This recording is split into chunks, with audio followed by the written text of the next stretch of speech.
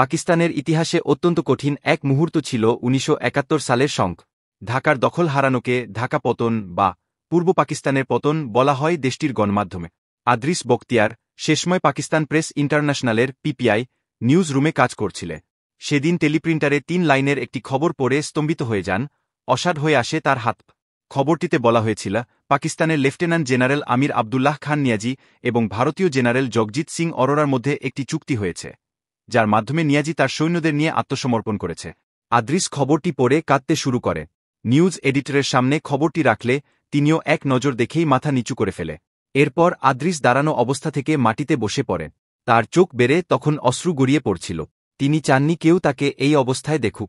ঢাকায় পাকিস্তানি বাহিনীর আত্মসমর্পণের ঘটনা স্মরণে যখনই করাচি ইউনিয়ন অফ জার্নালিস্টসের অফিসে মানুষের সমাবেশ হতে আদ্রিস বখতিয়ারের সেদিনের ঘটনাটি মনে করতেন এবং বিষাদভরা কণ্ঠে সাংবাদিকদের সঙ্গে সে সময়ের কথা শেয়ার করতে।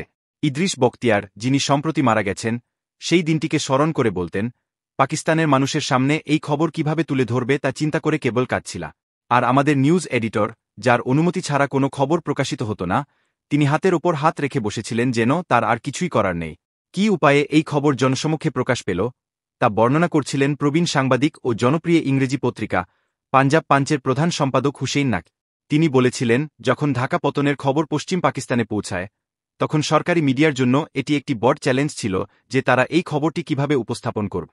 পরে পাকিস্তান রেডিওর এক সিনিয়র কর্মকর্তা খবরটি এভাবে উপস্থাপন করেছিলেন, 2 স্থানীয় কমান্ডারের মধ্যে একটি সমঝোতা হয়েছে, যার ফলে যুদ্ধ থেমে গেছে। কিছু পত্রিকায় এটাও বলা হয়েছিল যে চুক্তির পর ভারতীয় সেনারা ঢাকায় প্রবেশ করেছে। কিন্তু এই খবরগুলোকে বেশ অস্পষ্টভাবে উপস্থাপন করা হয়েছিল যাতে জনসাধারণের ওপর তার প্রভাব কম পড়ে। মূলত পাকিস্তানের 3টি সরকারি প্রতিষ্ঠানের প্রতিনিধির কাছে এর কপি দেওয়া হয়েছিল, যারা খবরটি ফোন কল দিয়ে লিখিয়ে নিয়েছিল। পরদিন পাকিস্তানের সংবাদপত্রের প্রথম পাতার নিচের পুরো অংশ জুড়ে খবরটি প্রকাশিত হয়। সেদিনই ওই একই পাতায় তখনকার সামরিক শাসক জেনারেল মোহাম্মদ ইয়াহিয়া খানের সরকারি গণমাধ্যম থেকে প্রকাশিত এক ভাষণ 8 কলাম হেডলাইনে ছাপা হয়, যেখানে তিনি ঢাকা পতনের পরেও শত্রুর বিরুদ্ধে যুদ্ধ চালিয়ে যাওয়ার ঘোষণা দিয়েছিলেন। ইয়াহিয়া খান তার ভাষণে স্থানীয় কমান্ডারদের চুক্তির খবরটি এমনভাবে উল্লেখ করেছিলেন যে একদিকে পিছু হটলেও অন্যদিকে যুদ্ধ চালিয়ে যেতে হবে। অথচ পরদিনই ইয়াহিয়া খানের যুদ্ধবিরতির খবর পত্রপত্রিকায় ছাপানো হয়। ইয়াহিয়া খান 1971 সালের 25শে মার্চ পূর্ব পাকিস্তানে সামরিক অভিযানের ঘোষণা দেন।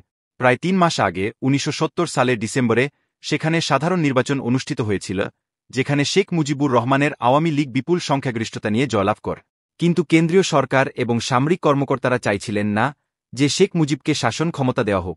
ভবিষ্যৎ রাজনৈতিক পরিস্থিতি নির্ধারণে সংখ্যাগরিষ্ঠ দল আওয়ামী লীগ এবং দ্বিতীয় স্থানে থাকা পিপলস পার্টির কেন্দ্রীয় নেতৃত্বের মধ্যে দফায় দফায় আলোচনা চল। সামরিক শাসক জেনারেল ইয়াহিয়া খানও ঢাকায় এসে শেখ মুজিবুর রহমানের সঙ্গে আলোচনা করে, কিন্তু কোনো সমঝোতায় পৌঁছানো সম্ভব হয়নি। সাংবাদিক হুসেইন নাকি মনে করতেন, জুলফিকার আলী ভুট্টো এবং ইয়াহিয়া খান দুজনেই চেয়েছিলেন যে শেখ মুজিবুর রহমানের বিশাল সংখ্যাগরিষ্ঠতা থাকা সত্ত্বেও ভবিষ্যতের রাজনৈতিক ব্যবস্থায় তাদের বড় প্রভাব থাক, কিন্তু তাদের এই ইচ্ছা পূরণ সম্ভব হচ্ছিল না, আর এজন্যই সংকট আরও ঘনীভূত হয়ে উঠেছিল।